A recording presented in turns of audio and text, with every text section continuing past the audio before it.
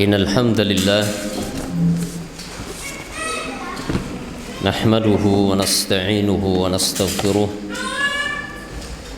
ونعوذ بالله من شرور أنفسنا سيئات أعمالنا من يهده الله فلا مضل له ومن يضلله فلا هادي له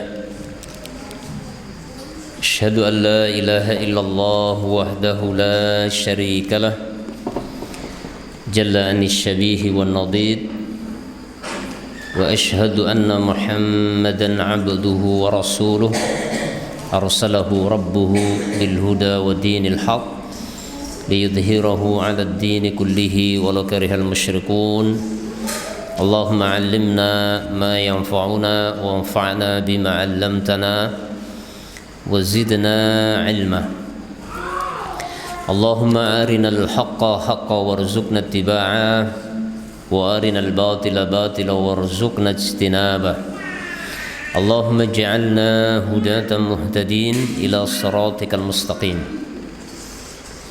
سبحانك لا علم لنا إلا ما علمتنا إنك أنت العليم الحكيم أما بعد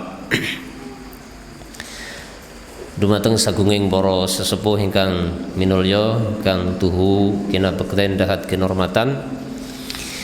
Tidak lupa para jamaah, bapak-bapak, ibu-ibu, mas-mas, mbak-mbak, adik-adik semua yang saya hormati, saya muliakan. Tidak lupa para pemirsa kaum muslimin wal muslimat dimanapun Anda berada, yang saya muliakan dan semoga senantiasa dimuliakan Allah Subhanahu wa taala.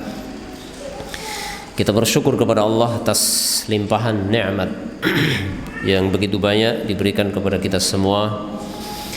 Wabil khususnya pada kesempatan malam Jumat tanggal pinten nih? 7 Sya'ban, 7 Dzulqa'dah. Walu napa pitu tanggal 17 Juni bertepatan tanggal 7 Sya'ban tanggal 7 Dzulqa'dah. Sya'ban wis lewat ya. Tanggal 7 Dzulqa'dah. Terus nggih. Allah Subhanahu wa taala kembali mempertemukan kita semua dalam masjid yang kita cinta ini, dan semoga menjadi tempat yang Allah berkahi dan menjadikan orang-orang yang ada di dalamnya pun mendapatkan curahan rahmat dan keberkahan dari Allah Subhanahu wa taala. Mudah-mudahan Allah Subhanahu wa taala memberikan ilmu yang nafi', ilmu yang bermanfaat untuk kita semua. Terkhusus adalah ilmu yang kita pelajari malam ini adalah tentang fikih, yang mana fikih itu mengajarkan kepada kita bagaimana tata cara beribadah yang benar kepada Allah Subhanahu wa taala. Karena sesungguhnya al-ilmu qabla al-qawli wal amal, seperti dikatakan oleh Imam Al-Bukhari, ilmu itu sebelum berkata dan sebelum berbuat. Ibadah kepada Allah itu tidak cukup hanya dengan modal semangat beribadah, akan tetapi ibadah itu harus dilandasi dengan ilmu.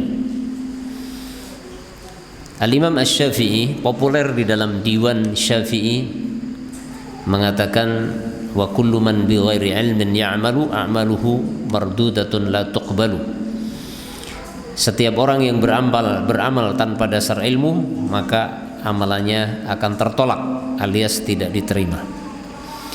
Dan banyak lagi ungkapan para ulama yang secara umum para ulama sepakat amal ibadah apapun, besar ataupun kecil, itu semuanya bergantung dengan ilmu. Benar dan tidaknya, sah dan tidaknya, diterima dan tidaknya di sisi Allah tergantung dengan ilmu. Oleh karena itu benar tadi yang saya sampaikan perkataan Imam Bukhari, al-ilmu qabla al-qawli wal amal. Ilmu itu sebelum berkata dan sebelum beramal. Jadi Bapak Ibu yang dirahmati Allah Subhanahu wa taala, merupakan kenikmatan yang sangat besar yang Allah berikan kepada kita. Kita diberi kesempatan oleh Allah untuk bisa duduk di majelis ilmu. Karena dengan kita duduk di majelis ilmu, banyak pengetahuan ataupun wawasan tentang keagamaan kita yang barangkali kemarin kita belum tahu, nanti akan menjadi tahu. Yang kemarin sudah tahu tapi barangkali lupa, nanti akan teringat kembali. Apalagi di sana ada sebuah athar atau riwayat dari Nabi SAW yang mengatakan innamal ilmu yungsa, ilmu itu akan terlupakan. Ilmu itu akan dilupakan. Mungkin 10 tahun yang lalu kita pernah belajar fikih toharoh, tapi selama durasi waktu 10 tahun sudah nggak pernah buka catatannya lagi, sudah nggak pernah ikut pengajian fikih lagi. Sehingga mungkin setelah 10 tahun kita sudah lupa apa yang telah kita pelajari 10 tahun yang lalu. Contoh misalkan, masalah pembatal wudu, masalah tata cara wudu dan sebagainya. Kalau itu kita pelajari 10 tahun yang lalu dan durasi waktu 10 tahun kita tidak belajar lagi, maka dijamin ilmu-ilmu yang kita pelajari itu lupa. Oleh karena itu, kata para ulama, salah satu wasilah atau salah satu sarana agar seseorang itu istiqomah di atas agamanya adalah dengan cara mulazamatul ilm, adalah senantiasa terus bermulazamah. Mulazamah itu terus menerus menuntut ilmu. Jadi menuntut ilmu itu bukan dulu waktu masih muda, kalau sudah tua sudah nggak menuntut ilmu, atau dibalik, menuntut ilmu nanti kalau sudah tua, di masa muda nggak usah menuntut ilmu. Tidak demikian. Makanya benar apa yang dikatakan oleh para ulama, bahwa kewajiban menuntut ilmu itu adalah semenjak kita lahir sampai kita masuk ke liang lahat. Tidak dibedakan antara orang yang sudah berilmu atau orang yang belum berilmu.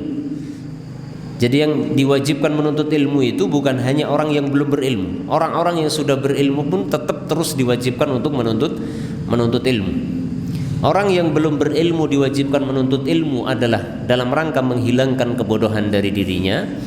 Adapun orang yang sudah berilmu diwajibkan terus menuntut ilmu adalah dalam rangka untuk menjaga keistiqomahan di atas agama, supaya terus istiqomah dan supaya ilmu yang sudah dipelajari itu tidak hilang. Makanya benar yang dikatakan para ulama, innamal ilmu bil murajaah. Sejatinya ilmu itu hanya dapat diperoleh dengan sebenar-benarnya dengan cara diulang-ulang.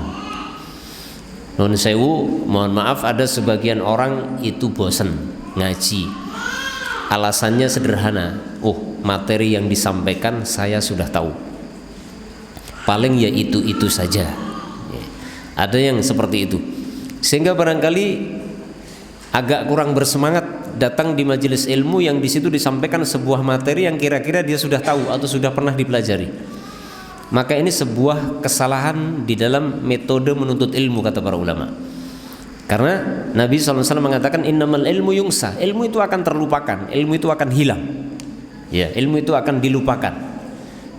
Agar ilmu tidak hilang, caranya bagaimana? Mulazamah. Mulazamah itu terus menuntut ilmu walaupun sudah tahu. Dan walaupun materi yang disampaikan sama dari satu majelis ke majelis lain itu sama, tapi pasti di setiap majelis itu ada faedah tambahan yang di majelis lainnya kita nggak tahu. Apalagi ustadz yang menyampaikan itu wawasan pengetahuannya bertingkat-tingkat. Jadi saling melengkapi gitu. Saling melengkapi. Makanya kalau kita kunjung ke Masjid Nabawi gitu ya, subhanallah, kita lihat yang duduk di majelisnya para ulama itu bukan hanya yang muda-muda, yang sudah sepuh-sepuh, jenggotnya sudah putih, itu pun duduk di halakoh-halakoh itu. Bahkan di antara mereka yang hadir ternyata ada sebagian syekh yang juga ahlul ilmu juga. Subhanallah. Makanya sampai ada sebuah kisah yang kisahkan oleh sebagian ustadz alumni dari Madinah tentang kisah Syekh Abdul Muhsin Abbad yang setelah beliau menyampaikan pelajaran di halakohnya, di kursi beliau selesai, kemudian di sana masih ada majelis yang lain, maka beliau mampir di majelis yang lain duduk gitu. Sampai syekh yang lebih muda yang mengisi itu agak-agak keder, karena syekh yang lebih senior kok malah ikut duduk di situ. Ini menunjukkan bahwasanya para ulama itu mencontohkan kepada kita ketawaduan, kerendahan hati, mengagungkan ilmu. Jadi bukan mentang-mentang kita sudah punya ilmu kemudian ogah-ogahan untuk duduk di majelis ilmu. Tidak seperti itu yang dicontohkan oleh para ulama. Ya, Bapak Ibu yang dirahmati Allah Subhanahu wa taala, kemudian tidak lupa kita membaca salawat kepada Nabi sallallahu alaihi wasallam. Semoga salawat dan salam senantiasa Allah curahkan ke hadirat baginda Rasul Nabi Muhammad sallallahu alaihi wasallam. Pada pertemuan yang telah lalu, alhamdulillah kita sudah sampai pada pembahasan bab tayammum. Ya mungkin yang ada di pamflet mungkin masih tayamum, ya nggak apa-apa. Ya, bab tayamum sudah selesai dan malam ini kita memasuki bab tentang pembahasan bab yang ke-9, fin najasati wa kaifiyati tathhiriha. Bab yang menerangkan tentang perkara-perkara najis dan bagaimana cara mensucikannya, cara membersihkan najis. Ya. Di dalam bab ini ada beberapa hal yang dibahas oleh penulis atau penyusun kitab Fikih Muyassar. Kurang lebih yang pertama adalah tentang definisi najis. Yang ketiga adalah benda-benda yang dianggap najis dalam syariat. Yang keempat, yang ketiga atau yang terakhir adalah bagaimana tata cara mensucikan diri dari najis atau membersihkan najis. Ini kurang lebih 3 poin yang akan kita bahas di dalam bab ini, dan mudah-mudahan durasi waktu sampai adzan Isya atau lebih sedikit bisa kita selesaikan 3 poin tersebut. Yang pertama adalah definisi najis. Sebagaimana kita tahu Bapak Ibu sekalian, bahwa salah satu syarat sahnya sholat itu adalah suci dari najis. Sehingga barang siapa yang mendirikan sholat, berdiri untuk sholat dalam kondisi tahu bahwa dalam badannya atau di pakaiannya atau di bajunya atau di sejadahnya, lantai atau karpet yang dipakai sholat itu terdapat najis, dalam kondisi tahu kalau itu ada najis, maka sah atau tidak sholatnya? Sholatnya tidak sah, kecuali orang yang sholat dalam kondisi tidak tahu kalau dalam dirinya ada najis. Ya, maka itu udzur, ma'dzur. Akan tetapi kalau seseorang menegakkan sholat dalam kondisi tahu dalam dirinya, dalam badannya, pakaiannya atau sejadahnya itu ada najis, jadi sholat sambil bersentuhan dengan najis dalam kondisi tahu, maka sholatnya tidak sah. Dan para ulama kebanyakan mengatakan itu wajib diulangi sholatnya kalau tahu, karena sholatnya batal, tidak sah. Oleh karena itu Bapak Ibu yang dirahmati Allah, mengetahui hukum najis atau mengkaji tentang permasalahan najis, apa saja yang dianggap najis dalam syariat dan bagaimana cara mensucikan, ini merupakan kewajiban. Kenapa? Karena sholat itu hukumnya wajib, khususnya adalah sholat 5 waktu hukumnya wajib. Sementara kewajiban sholat 5 waktu tidak akan sah kalau tidak terpenuhi syarat-syaratnya. Di antara syaratnya adalah suci dari najis.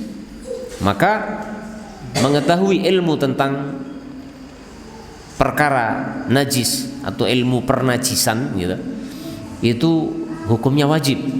Kenapa? Karena dalam kaidah usul dikatakan ma la yatimul wajibu illa bihi fahuwa wajib.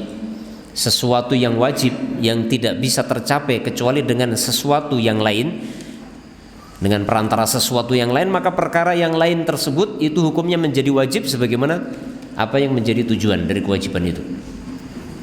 Sehingga mengkaji bab pernajisan, nah ini hukumipun apa? Hukumipun wajib. Yang pertama adalah definisi najis. Nah, kalau kita baca dalam kitab-kitab fikih dari berbagai mazhab fikih, itu di sana para ulama fikih mendefinisikan najis itu ada bermacam-macam. Ya, ada bermacam-macam. Ada sebagian ulama fikih yang mendefinisikan najis adalah sesuatu yang menjijikkan. Sesuatu yang menjijikkan itu najis. Pokoknya apa wae sing jijiki kuwi najis. Ya, kemudian ada lagi yang mendefinisikan yang lain. Adapun definisi yang dibawakan dalam kitab ini adalah definisi yang merupakan hasil kesimpulan dari sekian banyak pendapat dan kemudian ditarjih atau dirojihkan oleh penyusun kitab ini, yakni 4 profesor ya yang menyusun kitab ini. Apa kata penulis? An-najasatu hiya kullu 'ainin mustaqdhirah amara syari'u bijtinabiha. Yang disebut najis itu adalah semua benda yang kotor, semua benda yang kotor yang diperintahkan oleh syariat agar dijauhi atau agar dibersihkan. Jadi semua benda yang kotor menurut tinjauan syariat. Jadi yang memandang itu sebagai kotor adalah syariat, dan syariat memerintahkan agar benda-benda yang kotor tersebut dijauhi atau dibersihkan kalau seandainya mengenai badan kita atau pakaian atau tempat sholat. Ini definisi yang lebih tepat karena pada prinsipnya hukum dalam agama Islam itu harus mengacu kepada apa yang Allah dan Rasulnya tetapkan. Karena Allah lah yang membuat syariat, Allah lah yang menurunkan hukum, dan Allah lah yang mengetahui hukum yang Allah turunkan. Sehingga tidak boleh kita berbicara tentang hukum Allah ini tanpa ilmu. Ketika kita berbicara tentang hukum Allah, maka harus mengacu kepada ilmu yang Allah jelaskan dalam Al-Quran atau yang dijelaskan oleh nabinya yang diutus oleh Allah Subhanahu wa ta'ala. Nah, sehingga kita tidak boleh menghukumi satu benda itu najis kecuali memang ada dasar dalam Al-Quran, dalam hadis Nabi, ya, bahwa hal itu adalah najis. Tidak boleh kita mengatakan sesuatu ini najis kecuali ada dasarnya. Ya. Di sana ada ulama usul, banyak ulama usul fikih maksudnya, yang menyebutkan satu kaidah dalam masalah najis ini, mengatakan bahwa al-aslu fil asya' at-taharah. Asalnya segala sesuatu yang ada di jagat raya ini, apapun itu asalnya suci. Tidak boleh kita mengatakan sesuatu benda yang ada di jagat raya ini najis kecuali ada dalil baik dari Al-Quran ataupun dari hadis Nabi yang menyebutkan bahwa benda itu najis. Sehingga Bapak Ibu yang dirahmati Allah, ini adalah kemudahan yang Allah berikan. Kalau kita ketemu atau megang benda apapun, ya, atau ada benda yang nempel di badan kita, di baju kita, yang kita tidak pernah mengetahui bahwa benda tersebut dikatakan najis dalam Al-Quran ataupun dalam hadis Nabi, setahu kita nggak ada penjelasan, maka kita kembali kepada hukum asal. Semua benda yang ada di bumi ini suci asalnya. Ya. Makanya misalkan kita pergi di pantai, misalkan jalan-jalan di pantai, kebetulan pantainya nggak ada masjid, nggak ada musola, kemudian datang waktu sholat, kita mau cari masjid, masjidnya jauh. Di mana kita sholat? Ya, sholat di pantai. Lemein apa? Nggak usah pakai lemek. Ya udah di pantai itu, di pasir itu. Kita tidak perlu was-was, tidak perlu ragu-ragu. Ojo-ojo, iki pasirnya najis. Ojo-ojo. Ini namanya was-was. Dalam fikih ada satu kaidah, al-yakinu la yazulu bisyak. Sesuatu yang sudah diyakini itu tidak bisa hilang hanya gara-gara sesuatu yang masih meragukan. Hukum asal pasir najis napa mboten? Mboten. Mboten enten ulama sing mengatakan pasir najis, watu najis, wit empring najis, mboten enten toh. Nah, berarti kembali kepada hukum asal, benda-benda tersebut asalnya suci, tidak boleh kita katakan najis kecuali ada sebab. Pasir pinggir pantai didelok ketoke ya resik ora ono kotoran, tidak ada kotoran binatang, tidak ada kotoran manusia, ambune yo ambu pasir gitu, ora mambu pesing, maka kita kembali kepada hukum asal, berarti pasir pantai itu adalah suci. Salat ten riku mboten napa-napa. Nggih. Terus inilah kemudahan agama Islam, dan ini adalah salah satu keistimewaan yang Allah berikan kepada umat Muhammad SAW. Di antara 5 keistimewaan diantaranya adalah waju'ilat liyal ardu tahura wa masjidah. Dan tanah, di mana saja tanah itu, permukaan tanah dimanapun itu semuanya bisa dijadikan sebagai alat untuk toharoh, maksudnya nggo tayamum, dan juga dijadikan sebagai tempat untuk sholat. Terus pada prinsipnya jenengan tindak ten besetran nang tan guwa tan pundi kemon nyambut damel, ketika tiba waktu sholat dilalai orang nggawa lemek ki yo ora ono lemek niku mboten sah dadak repot-repot mulih ten srunggo nyilih lemek. Di sana permukaan tanah itu selagi kita lihat secara lahiriah itu tidak ada benda najis di situ, tidak ada bau najis, berarti hukum asal tanah di situ suci. Kita sholat di situ tidak perlu pakai alas juga tidak apa-apa. Akan tetapi kalau kita mau pakai alas juga boleh, mungkin karena kebetulan kita rodok sensitif, nggih. Nek bathuke nyenggol tanah iki terus gatelen misalnya pun gitu, sensitif, ya nggak apa-apa. Cari alas misalnya pun godhong jambu, apa jenenge, godhong pisang, daun pisang, kemudian daun pohon-pohonan sebagai alas, itu juga diperbolehkan. Akan tetapi pada prinsipnya permukaan tanah itu adalah suci. Kita tidak boleh ragu-ragu tentang kesuciannya selagi tidak ada hal yang menunjukkan najis ada pada permukaan tanah tersebut. Ini ku kaidah nggih. Terus prinsipnya kita kembali kepada kaidah, dan para ulama menyebutkan kaidah tersebut itu tidak sembarangan. Mereka mengacu kepada dalil yang ada di dalam Al-Quran dan hadis Nabi SAW, dan ini mempermudah kita untuk memahami agama Allah. Terus prinsipnya segala sesuatu yang ada di bumi ini asalnya adalah suci. Tidak boleh kita menganggap bagian-bagian benda-benda yang ada di bumi ini najis kecuali sesuatu benda tersebut memang dijelaskan dalam Al-Quran atau hadis-hadis Nabi bahwa benda itu benda najis. Jadi hukum asal adalah benda-benda itu suci kecuali benda-benda yang telah ditentukan kenajisannya oleh Al-Quran atau hadis Nabi SAW. Kemudian berikutnya adalah pembagian najis. Di sini dijelaskan bahwa najis itu ada 2 macam. Yang pertama adalah najis ainiyah. Yang kedua najis hukmiyah. Apa itu najis ainiyah? Najis ainiyah kalau boleh saya terjemahkan adalah benda najis. Apa itu benda najis? Benda najis adalah benda-benda yang memang tidak bisa berubah dari hukum najis. Jadi selamanya akan dianggap sebagai benda yang najis. Makanya disebut ainiyah. Ain itu artinya benda. Memang benda itu najis, nggak bisa menjadi suci, nggak bisa disucikan, tidak bisa dibersihkan. Tidak ada cara toharoh untuk membersihkan benda yang najis menjadi tidak najis, kecuali dalam kondisi tertentu. Nanti dalam bab namanya bab istihalah, nanti ada pembahasan tersendiri. Istihalah itu berubahnya satu benda najis berubah menjadi benda suci, itu namanya istihalah ya. Akan tetapi selagi benda itu masih berbentuk benda yang dikatakan sebagai benda najis di dalam syariat dan belum berubah menjadi benda suci, maka benda itu najis selamanya dan tidak akan bisa disucikan. Contohnya apa? Contohnya kotoran binatang yang dianggap najis. Contohnya kotoran binatang yang tidak halal dagingnya. Contohnya kotoran keledai. Nggih, kotoran keledai ten Indonesia mboten ten keledai. Terus darah. Terus kencing, air kencing, air seni. Air seni itu najis.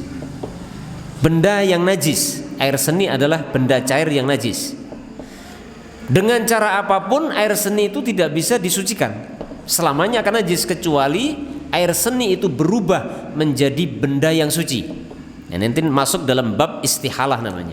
Istihalah itu perubahan yang terjadi pada benda-benda najis berubah menjadi benda tidak najis.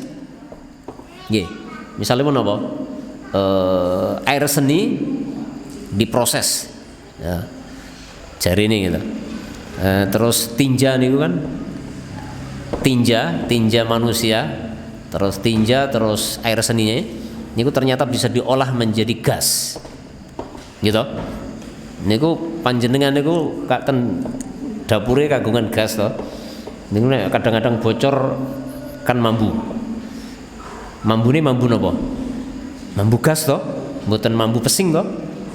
Nggih, mboten mambu Mambune mambu gas. Gitu. Lah mongko tenan nek dapur nek napa jenenge gas niku mambune mambu kaya asline, berarti ambune pawon kaya WC ya. Niku bapak edole mengko muntah-muntah nek mlebu. Itu namanya istihalah, terjadi proses. Ya, proses di situ ada dua macam, ada proses secara alamiah yang tidak disengaja, ada proses alamiah. Ada proses yang disengaja seperti diolah. Ketika tinja berubah menjadi gas, pas ibu-ibu masak ten dapur, dilalai gasnya bocor, nyebul terus nempel ten wajah, nganune napa niku gasnya nyembur ten wajah. Raup napa mboten? Wajahin najis napa mboten? Mboten. Nggih. Karena napa? Sing dihukum najis adalah tinja, bukan gasnya. Niku contoh. Contoh yang lain adalah kotoran binatang.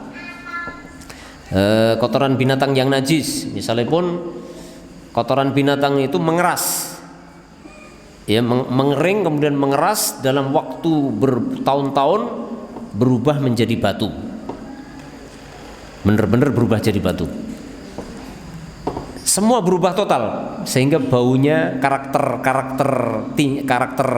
kotorannya itu sudah nggak ada, sudah berubah jadi karakter batu. Sehingga kalau dicium sudah tidak bau kotoran, tidak bau kotoran binatang. Kemudian ya, postur bentuknya juga sudah bukan kotoran lagi, mengeras seperti batu. Dipatahkan juga nggak bisa, kudu nganggo palu misalnya, kaya batu. Maka itu terjadi proses istihalah yang bisa jadi menjadikan benda itu menjadi benda suci. Akan tetapi selagi benda itu masih dalam wujud asli benda najis, maka tidak bisa disucikan. Tidak bisa. Tuh. Jenengan napa jenenge tinja niku, pipis niku nggih, pipis ajeng dikumbah kan mboten saged gitu. Terus kotoran binatang niku ajeng dikumbah nggih mboten saged. Engko malah dadi najis kabeh. Nah, ini namanya najis ainiyah atau disebut najis hakiki. Najis yang sebenarnya atau disebut benda najis. Kemudian yang kedua adalah najis hukmiyah. Najis hukmiyah itu adalah benda-benda yang suci yang terkenai benda najis. Contohnya lantai. Lantai ini kan benda suci. Kemudian enten lare pipis. Pipise nempel ten lantai. Maka lantai yang terkenai pipis, ini lantai itu menjadi najis, namanya najis hukmiyah. Mergo kesentuh benda yang najis, gitu. Nah, adapun najis hukmiyah atau benda-benda yang terkenai najis, maka benda-benda tersebut bisa disucikan.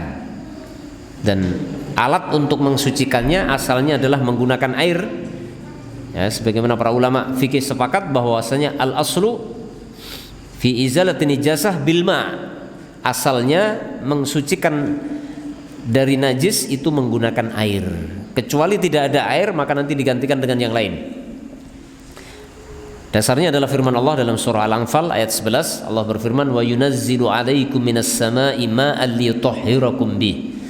Dan Allah menurunkan kepada kalian dari langit air agar bisa digunakan untuk mensucikan, agar bisa kalian gunakan untuk bersuci. Jadi air itu merupakan alat asli, alat asal yang digunakan untuk bersuci. Sehingga selagi ada air, maka kita harus menggunakan air di dalam membersihkan najis. Kecuali tidak ada air, maka nanti bisa digantikan dengan yang lain. Kemudian najis itu ada 3 level. Najis itu ada 3 level. Level yang pertama level berat atau disebut najasah mughalladhah, najis yang berat. Level yang kedua adalah najis yang ringan. Level yang ketiga adalah najis yang sedang, atau kalau saya balik urutannya, najis mughalladhah, najis mutawassithah, najis mukhaffafah harusnya. Najis berat, najis sedang, najis ringan. Tapi di sini tertulisnya najis ringan di tengah, nomor 2. Yang pertama adalah najis yang berat. Najis yang berat disepakati oleh para ulama itu 1, yaitu najisnya anjing. Karena jelas disebutkan dalam Al-Quran dan berulang kali disebut dalam hadis-hadis Nabi SAW. Ya, memang ada najisnya binatang yang lain yang diperdebatkan. Sebagian ulama memasukkan dalam kategori najis mughalladhah, akan tetapi diperdebatkan. Kenapa diperdebatkan? Karena tidak ada satu ayat dan satu hadis pun yang memasukkan najis tersebut ke dalam najis mughalladhah. Kenapa? Babi. Gitu. Sebagian ulama termasuk, kalau tidak salah termasuk mazhab Syafi'i, itu kalau tidak salah berpendapat najisnya babi itu masuk dalam kategori najis mughalladhah. Dalilnya apa? Dalilnya qiyas. Dalam usul dikatakan qiyas aulawiyat. Qiyas itu analogi. Jadi babi itu dianalogikakan dengan anjing. Yang disebutkan dalam Al-Quran dan hadis itu adalah anjing. Najisnya anjing disebutkan. Adapun najisnya babi nggak disebut. Sebagian ulama mazhab Syafi'i ya dan yang lain itu mengkiaskan, menganalogikakan, yaitu dengan analogi aulawiyat. Kalau anjing saja dikatakan najis, maka harusnya babi lebih. Kenapa? Karena babi itu lebih jorok, lebih menjijikkan. Cobi nek jenengan tingali mang bandingke, resikan pundi anjing nopo babi? Anjing niku enten sing dikeloni ten kasur. Nek mboten enten wong ngeloni babi ten kasur kan mboten enten. Gitu? Nah, logis juga gitu ya. Masuk akal juga, tapi ini namanya qiyas aulawiyat. Walaupun pendapat itu dibantah oleh sebagian ulama, diantaranya sebagian ulama dari mazhab Hambali membantah dengan mengatakan najis itu adalah hukum. Hukum itu tidak boleh mengacu kepada logika, tapi harus kepada dalil, kata mereka. Ya. Kemudian juga mereka bawakan kaedah-kaedah usul yang lain tentang kaedah yang disepakati para ulama, al-aslu fil asya at-taharah, asal mula segala sesuatu itu adalah suci. Tidak boleh kita mengatakan sesuatu itu najis kecuali ada dalilnya. Inilah perdebatan yang biasa terjadi di kalangan ulama fikih, yang kalau kita ikuti sebenarnya mengasikkan itu perdebatan itu, akan tetapi juga kadang bikin mumet gitu ya. Itu masalah khilafiyah. Ya, kita nggak usah perpanjang. Kita masuk yang disepakati sebagai najis berat adalah najisnya anjing. Yang diperdebatkan apakah masuk najis berat atau bukan, babi. Sebagian ulama, kebanyakan para ulama memasukkan babi ke dalam najis mutawassithah. Kenapa? Kok tidak dimasukkan najis mughalladhah? Karena tidak ada dalil. Tidak ada hadis yang memasukkan, yang memerintahkan kalau orang terkenai najisnya babi itu dicuci 7 kali, dicampur tanah salah satunya, seperti mencuci najisnya anjing. Nggih. Niku nggih, Allahu a'lam nggih. Mungkin nek ajeng ngati-ati, alhamdulillah kula jenengan sami mboten duwe ingon-ingon sing niku. Nggih. Sing repot nek pas nyambut damel, pas kita mungkin kebetulan kerja di tempatnya orang, kok kebetulan yang punya pekerjaan itu kok memelihara niku. Nah, terus nyenggol pas seliringan kesenggol utawa kedilat. misalnya pun, apa yang harus kita lakukan? Wah, aku dijilat babi misalnya pun. Wah, engko nganggo analogika sing lebih. Lha wong anjing sing resikan wae nek dijilat anjing sing resikan wae kon nyuci 7 kali. Wah, iki nek babi 2 kali lipat berarti 7 kali 2 14 kali. Berarti campur tanah 2 kali. Nah niku akal-akalan nggih.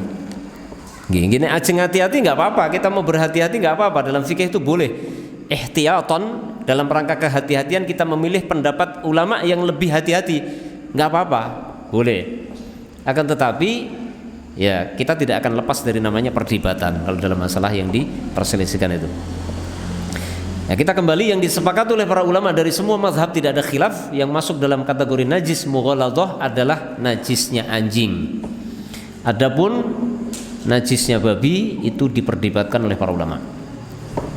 Kemudian najis yang kedua, level yang kedua adalah najis yang ringan. Dan ini disepakati najis yang ringan itu hanya satu, yaitu air seninya bayi laki-laki yang belum makan kecuali air susu ibu, belum menerima asupan kecuali ASI.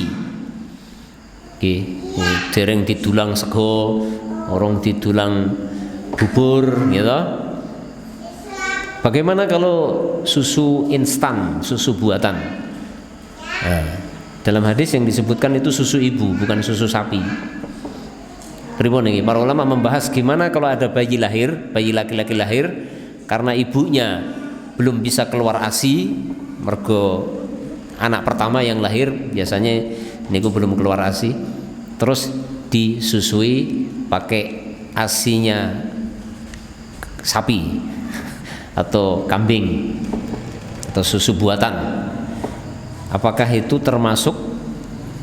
masuk dalam kategori najisnya najis mukhaffafah atau mutawassithah nanti?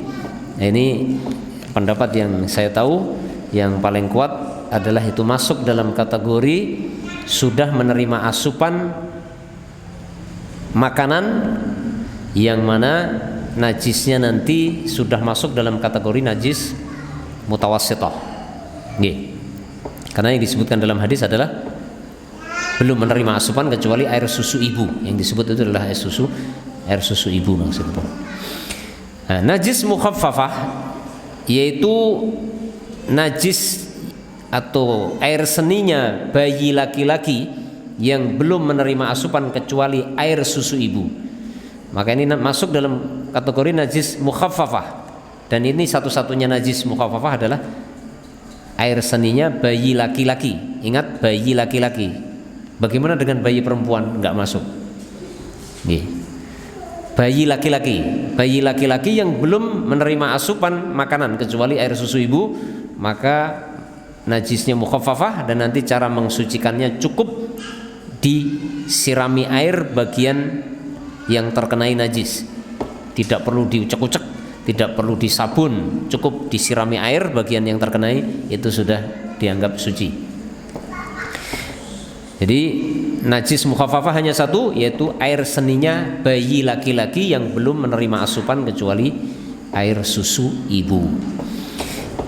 Yang ketiga, level yang ketiga, ini kalau saya balik level yang ketiga, ini yang kedua ditaruh yang ketiga, yaitu najis mutawassithah. Najis mutawassithah artinya najis yang sedang, najis sedengan. Wahiyya baqiyatun najasat, yaitu najis-najis yang selain pertama dan kedua. Semua najis yang selain najis mughaladhah napa? Najisnya anjing. Najis yang kedua najis mukhaffafah, yaitu air seninya bayi laki-laki yang belum menerima asupan kecuali air susu ibu. Ya. Adapun yang selain dua level itu semuanya masuk dalam kategori najis mutawassithah. Najis yang sedang, yang nanti cara mensucikannya adalah disiram dengan air, dicuci dengan air, dikucek, digosok sampai hilang ainun najasatihi, sampai hilang benda najisnya, baik baunya, warna dan seterusnya. Contohnya apa? Contohnya kencing manusia yang selain bayi laki-laki yang belum menerima asupan selain air susu ibu. Berarti kencingnya bayi wanita walaupun baru lahir, ya, kencingnya orang dewasa dan seterusnya. Kemudian tinja atau berak, kemudian bangkai. Niki contoh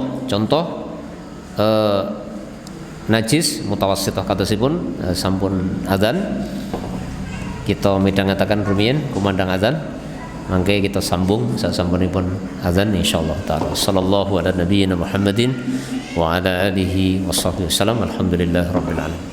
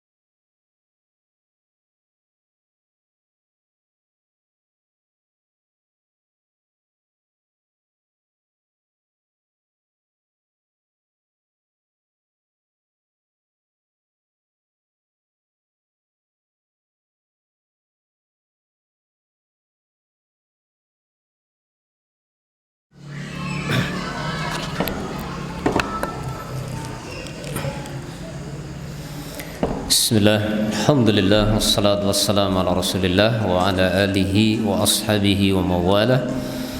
Wa la hawla wa la quwwata illa billah, amma ba'd. Bapak Ibu yang dirahmati Allah Subhanahu wa taala, kita lanjutkan. Tadi sudah kita sampaikan poin yang pertama tentang definisi najis, kemudian macam-macam najis terbagi menjadi dua, ainiyah dan hukmiyah. Kemudian juga level najis, Level najis wonten pinten? Ada 3, najis mughaladzah yaitu najisnya anjing, kemudian najis mukhaffafah, najisnya air seni bayi laki-laki yang belum menerima asupan kecuali air susu ibu.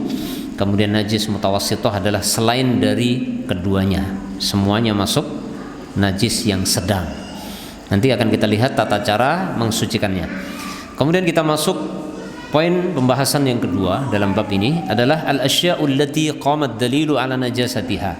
Ini benda-benda yang telah dijelaskan di dalam dalil tentang kenajisannya, atau benda-benda yang najis yang jelas-jelas disebutkan di dalam dalil, baik itu Al-Quran ataupun hadis Nabi sallallahu alaihi wasallam.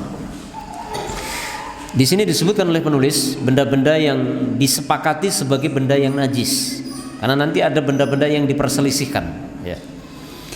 Benda yang disepakati najis karena memang ada dalilnya. Yang pertama adalah kencingnya anak Adam, kencingnya anak manusia, baik laki-laki ataupun perempuan, baik itu dewasa ataupun anak-anak, baik itu masih bayi atau balita atau sudah dewasa. Nah, tadi ada rincian untuk bayi laki-laki, itu ada pengecualian. Bayi laki-laki, air seni bayi laki-laki yang belum menerima asupan kecuali air susu ibu, maka masuk najis ringan, yang cara mensucikannya cukup disiramkan air, tidak perlu dikucek, tidak perlu digosok, tidak perlu disabun. Adapun dasarnya adalah hadis Ummu Qais binti Mihsan, annaha atat bibnin laha saghirun lam ya'kul at-ta'am ila Rasulillah sallallahu alaihi wasallam. Ummu Qais binti Mihsan itu pernah pada suatu hari membawa seorang anak laki-laki kecil, yang bayi laki-laki kecil itu belum makan makanan sama sekali, dibawa menghadap kepada Rasulullah sallallahu alaihi wasallam. Ini kebiasaan para sahabat dahulu dan para sahabiah, kalau punya anak kecil yang baru lahir itu dibawa kepada Nabi, meminta didoakan keberkahan. Dan ini menunjukkan bolehnya kita memintakan doa keberkahan untuk anak kita kepada orang yang soleh, yang kita pandang secara lahiriah dia orang yang soleh, bukan ahli maksiat. Nah, ini kebiasaan yang dilakukan oleh para sahabat, dan setelah Rasulullah wafat ternyata juga dilakukan oleh kaum muslimin, yaitu mereka membawa anak-anak kecil mereka yang masih bayi khususnya dibawa kepada kibarus sahabah, orang-orang soleh dari kalangan sahabat, untuk minta didoakan. Dan ini sebagai dasar bolehnya meminta doa kepada orang soleh yang masih hidup. Adapun minta doa kepada orang soleh yang sudah wafat, nah itu yang jadi perbincangan yang perlu dibahas. Ada seorang wanita yang bernama Ummu Qais binti Mihsan datang membawa seorang bayi kecil, bayi laki-laki kecil, yang bayi itu belum makan makanan sama sekali, dibawa menghadap kepada Rasulullah. Fa'ajlasahu fi hijrihi, kemudian dipangku oleh Nabi, ya. Bayi itu dipangku oleh Nabi. Fabala 'ala thawbihi, kemudian bayi itu ngompol mengenai pakaian Rasulullah. Ini praktek langsung, Rasulullah kompolan bayi laki-laki yang belum makan makanan. Fada'a bima'in fanaddahahu wa lam yaghsilhu, maka Nabi minta diambilkan air, kemudian cukup dipercikkan di bagian baju beliau yang terkena najis, disiramkan dan tidak dicuci. Baju Rasulullah tidak dicuci, tetap dipakai sholat. Subhanallah. Ini menunjukkan jelas sekali hukum, ya, yang menerangkan hukum, yaitu bahwa kencing bayi laki-laki yang belum makan makanan kecuali air susu ibu, itu cara mensucikannya cukup seperti itu. Dan ini masuk dalam kategori najis mukhaffafah, ya. Adapun bayi laki-laki yang sudah makan makanan atau bayi wanita, maka air seninya kalau mengenai pakaian harus dicuci, bukan sekedar diperciki atau disirami air, tapi harus dicuci.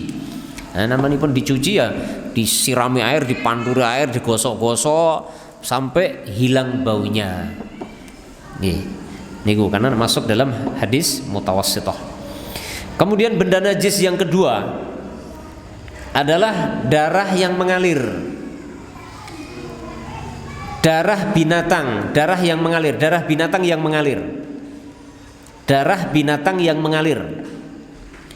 Adapun darah binatang yang berada di dalam daging atau di dalam urat-uratnya binatang. Nah, Bapak Ibu sekedap malih kan Idul Adha nggih. Niku biasanya nek kita menerima daging dari sahibul kurban, itu kan di dalam daging itu ada darah. Yang memang darah itu berada di situ. Dan darah itu tidak mengalir. Atau yang ada di urat-urat itu, kadang ada darahnya di situ. Darah yang tidak mengalir.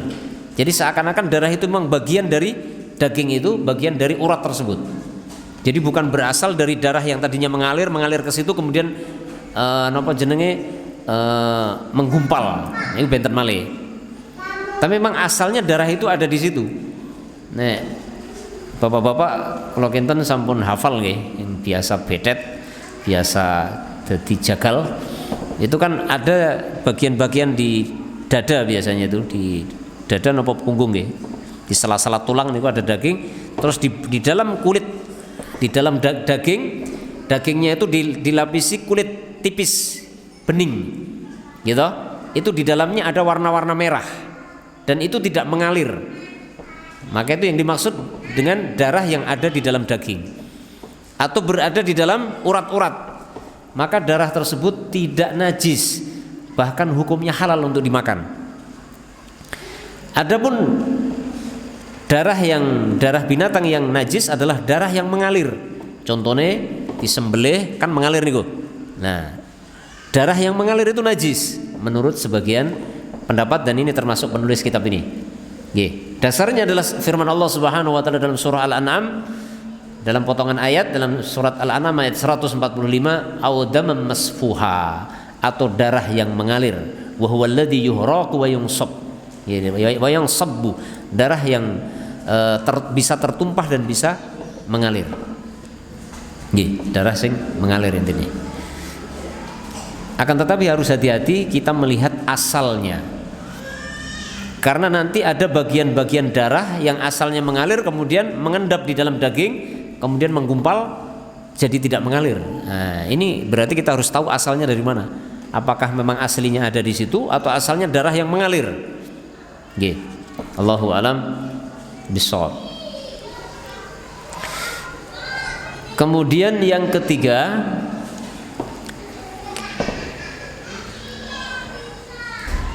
kencing dan kotoran binatang yang tidak halal dagingnya, seperti kucing, tikus dan lain sebagainya. Kotoran binatang yang tidak halal dagingnya, maksudnya binatang-binatang yang tidak halal untuk dimakan dagingnya. Kenapa di sini penulis mengkhususkan kencing dan kotoran binatang yang tidak halal dagingnya? Karena di sana ada binatang yang halal dagingnya seperti sapi, kambing, ayam. Bagaimana dengan kotoran ayam? Bagaimana dengan kencingnya ayam, biraknya ayam, kencingnya kambing, kencingnya sapi, telepong sapi? Pripun niku? Inilah yang jadi perdebatan ulama fikih dari zaman dulu sampai sekarang. Dan kayaknya perdebatan itu nggak akan pernah selesai. Saya membaca kitab fikih yang membahas tentang berbagai persoalan khilaf. Niku kadang-kadang tambah membaca bukan tambah jelas, malah bingung. Mungkin di kemampuan saya di dalam menelaah yang terbatas, mungkin EQ-nya sing ratekan barangkali. Akan tetapi banyak juga yang kita dapatkan penjelasan-penjelasan yang akan semakin menjadikan kita gamblang sehingga kita bisa mengetahui, oh yang paling benar yang ini, yang paling kuat yang ini. Dan itulah para ulama, mereka memang subhanallah, keilmuan mereka yang merupakan anugerah dari Allah Subhanahu wa taala, yang mereka meneliti dalil-dalil Al-Quran dan hadis Nabi SAW dalam rangka untuk menggali hukum-hukum Allah. yang di situ adalah merupakan bentuk jihad fisabilillah yang mereka lakukan, dan itu adalah merupakan perjuangan yang tidak bisa dibandingkan dengan nilai dunia, karena itu dunia seisinya tidak bisa untuk membayar ilmu tersebut gitu. Sehingga para ulama mengatakan kita harus menghargai dan menghormati para ulama ahli ijtihad. Ya, para ulama ahli ijtihad mereka memiliki jasa yang tidak ternilai besarnya, tidak bisa nilai besarnya saking besarnya. Kenapa? Karena mereka berjuang menghabiskan umur waktu mereka untuk menggali ilmu Allah di dalam Al-Quran dan hadis-hadis Nabi, yang itu semuanya adalah untuk kemaslahatan kaum muslimin semua. Kemudian yang keempat adalah bangkai. Bangkai itu najis. Dasarnya adalah surat Al-An'am ayat 145 tadi, dalam potongan ayat illa ayyakuna maitatan. Ya, kecuali bangkai, maksudnya pun bangkai itu hukumnya najis. Kecuali bangkai ikan dan bangkai belalang. Karena dalam hadis Rasulullah SAW mengecualikan dari kenajisan dua bangkai tersebut. Bangkai binatang hukum asal semuanya adalah najis, kecuali dua binatang yang bangkainya itu tidak najis. Pertama adalah bangkai ikan, baik itu ikan di kolam ataupun ikan di sungai atau ikan di laut atau ikan di danau. Yang kedua adalah belalang, bangkai belalang. Bapak Ibu panjenengan ngingu lele, dilalah lelene podo mati, banyune sap mati, gitu, bangkai halal dan tidak najis. Kemudian panjenengan menemukan bangkai napa niku belalang. Nggih. Maka bangkai belalang itu tidak najis. Tidak najis plus halal. Ada satu kaidah usul yang penting untuk kita ketahui, yaitu kullun najasah haramun wa laysa kulli haramun najis. Kullu najasin haram walaysa kullu haramin najas. Setiap najis, setiap benda yang najis itu haram dikonsumsi, dan tidak setiap yang haram itu najis. Semua benda-benda yang najis tidak boleh dimakan. Semua benda yang najis itu hukumnya haram dimakan.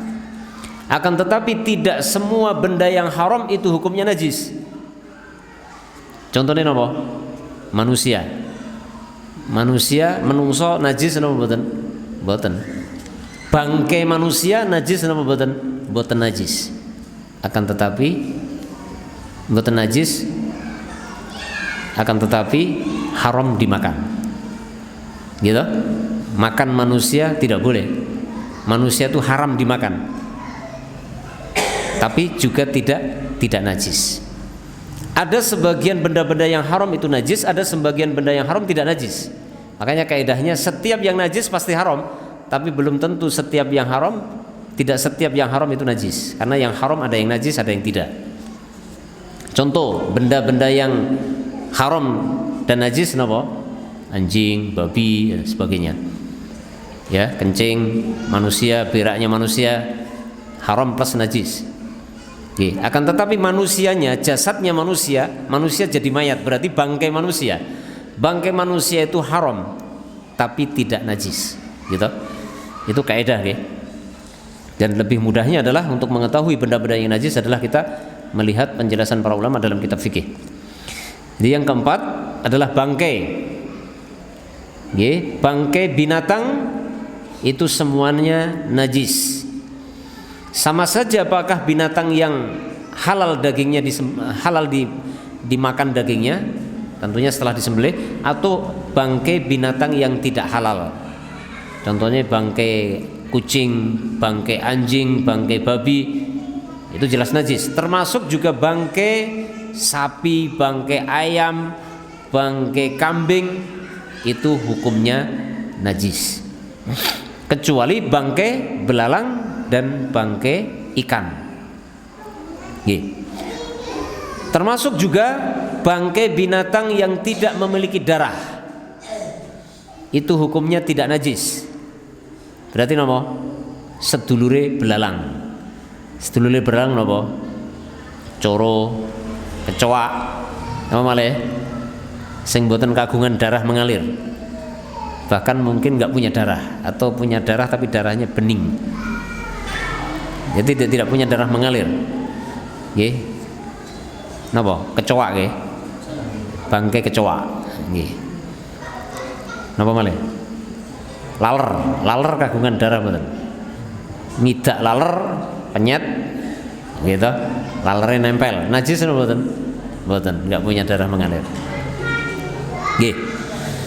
Kemudian yang kelima, benda najis yang kelima ini disepakati najisnya adalah madhi. Air madhi. Apa itu madhi? Madhi adalah cairan berwarna putih, putih encer, lengket, yang keluar dari kemaluan di saat bermain suami istri. Bukan hubungan suami istri, cuman bermain, guyonan, atau menahan keinginan untuk hubungan suami istri. Itu kadang keluar sendiri dan biasanya keluar tidak sadar, tidak terasa keluarnya, dan tidak keluar dengan memancar dan tidak diiringi setelahnya lelah. Karena kalau setelahnya lelah berarti itu nanti masuk mani. Intinya keluarnya ketika seseorang biasanya guyonan suami istri, ya, guyonannya suami istri kan khas ngeten niku. Kemudian menahan keinginan untuk hubungan suami istri, itu biasanya keluar cairan berwarna putih, encer, lengket. Itu hukumnya apa? Najis hukumnya. Hati-hati, itu keluarnya biasanya tidak terasa. Dasar kenajisannya adalah sabda Nabi SAW dalam hadis Ali bin Abi Thalib. Ketika Ali bertanya kepada Rasulullah melalui seorang sahabat, karena Ali malu mau bertanya langsung kepada Rasulullah SAW. Yang Ali ini dikatakan sebagai rajulun madza, laki-laki yang banyak memiliki air madhi. Rasulullah mengatakan, ketika ditanyakan tentang madhi, air madhi tersebut, Rasulullah mengatakan tawaddu waghsil dzakarak, berwudu dan cucilah kemaluan. Ini menunjukkan najis karena kemaluan yang keluar dicuci. Nah, ini hukumnya sama dengan air seni. Najis hukumnya sama dengan air seni. Dalam hadis itu Rasulullah hanya memerintahkan mencuci kemaluan dan wudu dan tidak memerintahkan untuk mandi. Kemudian yang keenam adalah wadi. Wadi. Ada madhi, ada wadi. Ini ilmu ya, ilmu sanajan mungkin enten sing rodok geli mendengarkan penjelasan ini, tapi ini ilmu karena kenyataan ini menimpa kita setiap hari, hampir setiap hari. Yang keenam adalah wadi. Wadi itu adalah air berwarna cairan berwarna putih kental yang biasanya keluar setelah buang air kecil. Ya, orang buang air kecil, setelah selesai buang air kecil biasanya kadang-kadang kadang-kadang keluar wadi. Setelah berakhir air seninya keluar, habis mentok, itu kadang keluar cairan berwarna putih kental. Nah, ini disebut wadi. Maka itu juga najis hukumnya. Hukumnya sama dengan air seni. Kemudian yang ketujuh atau terakhir yang disebutkan di sini adalah darah haid. Ibu-ibu ini darahnya ibu-ibu yang setiap bulan sekali, ya, yang masih masa subur itu biasanya keluar namanya darah haid. Darah haid hukumnya najis. Dasarnya mana? Dasarnya adalah hadis Asma binti Abi Bakar radhiyallahu anhuma. Pernah ada seorang wanita datang kepada Nabi sallallahu alaihi wasallam, faqalat ihdana yusibu thawbaha min damil haid kaifa tasna? Ya Rasulullah, salah seorang di antara kami, kaum wanita, itu bajunya terkena darah haid. Apa kata Nabi? Tahudduhu summa taqrusuhu bil ma' summa tandahuhu summa tusalli fi. Nabi memerintahkan kepada wanita yang bajunya terkena darah haid digosok kemudian dikucek dengan air. kemudian disirami dengan air, kemudian digunakan untuk sholat. Ini perintahnya digosok, dikucek. Nah, berarti darah haidnya ini harus hilang, bentuknya harus hilang dari pakaian. Nah, ini menunjukkan darah haid adalah najis. Kemudian pembahasan yang terakhir barangkali, yang ketiga, poin yang ketiga adalah tata cara mensucikan najis. Tata cara mensucikan najis, Bapak Ibu yang dirahmati Allah. Pertama, bila benda yang terkenai najis itu adalah berupa tanah, permukaan tanah, atau tempat tertentu seperti lantai, maka cara mensucikannya adalah ya dibersihkan sampai hilang dengan cara disiramkan air. Kalau tanah, permukaan tanah, berarti disiramkan air sampai meresap atau hilang najis tersebut. Contohnya adalah dalam hadis orang Badui yang datang kepada Nabi di masjid pada waktu itu, dan masjidnya Rasulullah di zaman Rasulullah itu belum ada lantai pakai semen atau keramik, karena di zaman Rasulullah belum ada. Jadi lantainya Masjid Nabawi di zaman Rasulullah itu pakai tanah pasir. Nah, orang Badui datang, dalam hadis riwayat Bukhari dan Muslim, ada orang Badui datang ke Masjid Nabawi ingin bertemu dengan Rasulullah. Kebetulan bertepatan waktu sholat. Tiba-tiba orang Badui itu jongkok di pojok masjid, pojok dalam jero. Karena dalam masjid itu lantainya pakai pasir. Wong Seronggorian mestani napa jugan model jugan. Tanah, pasir. Nah, kebetulan orang Badui tersebut ingin buang air seni, maka dia langsung jongkok di pojok masjid di dalam, kemudian buang air seni di situ. Para sahabat menyaksikan hal itu, maka mereka menghardik orang Badui tersebut, dimarahi. Bahkan dalam satu riwayat dikatakan hampir ada seorang sahabat yang akan memukul orang Badui itu karena kencing dalam masjid. Akan tetapi Rasulullah mengatakan da'hu, biarkan dulu, da'uhu, biarkan. Kemudian setelah selesai orang Badui itu kencing, maka Rasulullah memerintahkan para sahabat untuk mengambil air satu ember. Kemudian diperintahkan untuk disiramkan ke air kencing tersebut sampai meresap ke dalam dan akhirnya hilang, ditelan tanah. Kemudian tempat itu dipakai sholat. Ini menunjukkan cara mensucikan permukaan tanah yang terkenai najis berupa kencing, itu bisa disiram dengan air sampai meresap, diresapkan dengan air. Adapun kalau permukaan tanah di situ adalah padat, seperti sekarang, seperti ada lantai pakai keramik, maka ya seperti yang biasa kita lakukan, bagaimana caranya untuk dibersihkan sampai hilang bau dan warnanya dan seterusnya. Allahu a'lam bishawab. Kemudian bila najisnya itu bukan permukaan tanah seperti baju ya atau benda-benda yang lain, maka cara mensucikannya adalah dengan cara dicuci sampai hilang. Satu kali cukup. Kalau memang sudah cukup satu kali dicuci dan hilang najisnya, maka dianggap cukup. Kalau belum cukup satu kali, maka bisa diulang lagi.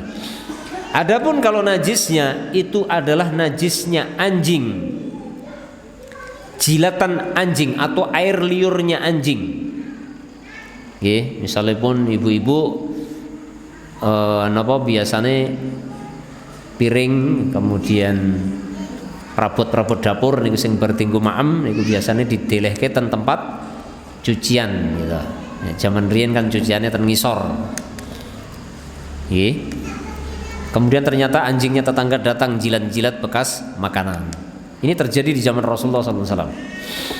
Bagaimana cara mensucikannya? Cara mensucikannya adalah benda yang terkenai jilatan anjing itu dicuci, diulang 7 kali, salah satunya dicampur dengan tanah. Para ulama kebanyakan mengatakan harus dengan tanah. Boleh nggak digantikan dengan sabun? Sebagian ulama membolehkan, tapi pendapat yang paling selamat dan paling hati-hati adalah tetap harus salah satunya dicampur dengan tanah. Kalau nanti mau dikasih sabun juga boleh, tapi tanah tidak boleh dihilangkan. Ada sebagian medis katanya yang atau tabib atibba yang meneliti, kenapa kok harus dengan tanah? Ya, apa hikmahnya? Ada sebagian yang mengatakan berdasarkan hasil penelitiannya, katanya jilatan anjing, air liur anjing itu kadang mengandung virus rabies, dan virus rabies itu tidak bisa dimatikan dengan sabun, tapi bisa dimatikan dengan tanah katanya. Allahu a'lam. Ala kulli hal, intinya apapun alasannya, yang jelas Rasulullah mengajarkan itu. Dasarnya adalah dalam sabda Nabi SAW dalam riwayat Imam Muslim, Rasulullah SAW mengatakan, idza walaghal kalbu fi ina'i ahadikum falyaghsilhu sab'an ulahunna bit-turab. Apabila ada seekor anjing menjilat-jilat salah satu dari bejana yang kalian miliki, maka cucilah 7 kali. Salah satu dari 7 kali cucian itu dicampur dengan tanah. Tanah diobok-obok terus digosok-gosokkan. Nggih. Adapun najisnya babi, maka ini yang diperdebatkan. Ada sebagian yang mengkiaskan dengan najisnya anjing, ada yang mengatakan sama dengan najis mutawassithah. Penulis kitab ini memasukkan najisnya anjing ke dalam najis mutawassithah. Allahu a'lam. Kemudian jika najisnya itu berupa kencing manusia, beraknya manusia, darahnya manusia, maka bagaimana caranya? Caranya dicuci dengan air sampai bersih. Berapa kali? Tidak ada batasan, secukupnya, sampai hilang benda najis yang ada di tersebut, seperti kencing ataupun tinja atau berak. Adapun cara mensucikan kencing bayi laki-laki yang belum makan makanan apapun, maka seperti tadi sudah dijelaskan, yaitu cukup disiram dengan air, tidak perlu sampai digosok, dikucek, apalagi direndam di sabun, tidak perlu. Akan tetapi kalau mau digosok, dikucek, ya monggo, nggak apa-apa. Tapi dengan disiramkan saja sudah cukup. Misalnya niki kain ngeten niki, bayi ini pipis ten pojok niki, bayi laki-laki belum makan makanan kecuali air susu ibu, ten niki kena pipis, maka cukup disiram dengan air, nggak perlu sampai digosok-gosok, golek sikat, nggak perlu. Itu sudah cukup. Akan tetapi kalau kita mau memperlakukan sebagaimana najis mutawassithah dalam rangka hati-hati, silahkan. Akan tetapi Rasulullah mengajarkan seperti itu. Kemudian cara mensucikan kulit bangkai, perlu diketahui bahwasanya bangkai itu najis, akan tetapi khusus untuk kulit bangkai binatang yang halal dagingnya. Contohnya kulit bangkai sapi, bangkai kambing, itu kulitnya itu boleh dimanfaatkan, dengan catatan bukan dikonsumsi. Dimanfaatkan dibuat tas, dibuat ikat pinggang dan lain sebagainya, itu boleh, dengan catatan binatangnya binatang jenis binatang halal. Punya tetangga kebetulan sapi ini mendem suket, mati, dikubur, terus diminta izin diambil kulitnya. Bagaimana hukumnya? Boleh kulitnya dimanfaatkan, dengan catatan bukan dimakan. Ya, boleh dimanfaatkan, tapi syaratnya harus disucikan. Bagaimana cara mensucikannya? Disamak namanya. Disamak itu dengan cara menghilangkan darah yang menempel dan sisa-sisa daging yang menempel itu dibersihkan.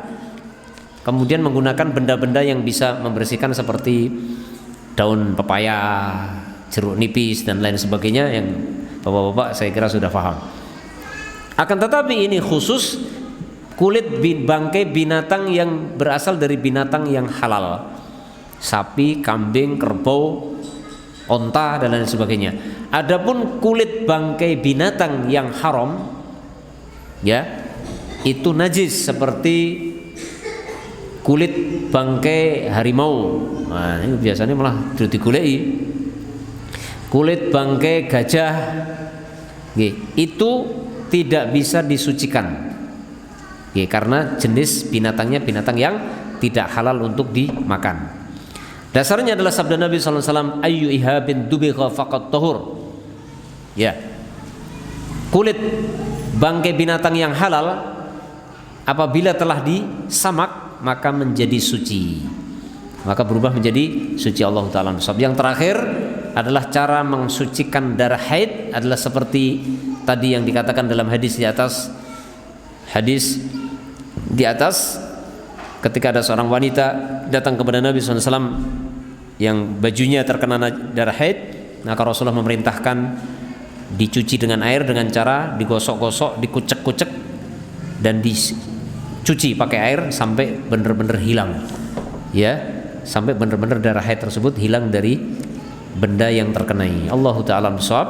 Demikian Bapak Ibu, selesai 3 permasalahan dalam bab yang ke-9, yaitu najis dan bagaimana tata cara mensucikan najis. Allahu Ta'ala a'lamu bisawab. Barangkali sampai di sini yang bisa disampaikan, mudah-mudahan bisa difahami dan mudah-mudahan menjadi ilmu yang bermanfaat. Dan pertemuan yang akan datang kita masuk bab yang ke-10. Kita akan membahas, ini pembahasan berikutnya ini spesial yang sebenarnya untuk ibu-ibu, yaitu pembahasan tentang haid dan nifas. Akan tetapi bapak-bapak juga penting untuk tahu. Oke, paling enggak nanti bapak-bapak ini akan mengajarkan, walaupun bapak-bapak yang buatan haid gitu. Tapi ilmunya penting untuk nanti diajarkan kepada putrinya atau kepada istrinya atau kepada ibunya atau kepada saudarinya. Allah Ta'ala a'lamu bisawab. Demikian yang bisa kita sampaikan karena waktu sudah 7:30, sehingga kalau ada pertanyaan kita tunda pertemuan yang akan datang insyaallah taala. Kita akhiri wassallallahu ala nabiyyina Muhammad wa ala alihi washabbihi wasallam. Walhamdulillahirabbil alamin. Assalamualaikum warahmatullahi wabarakatuh.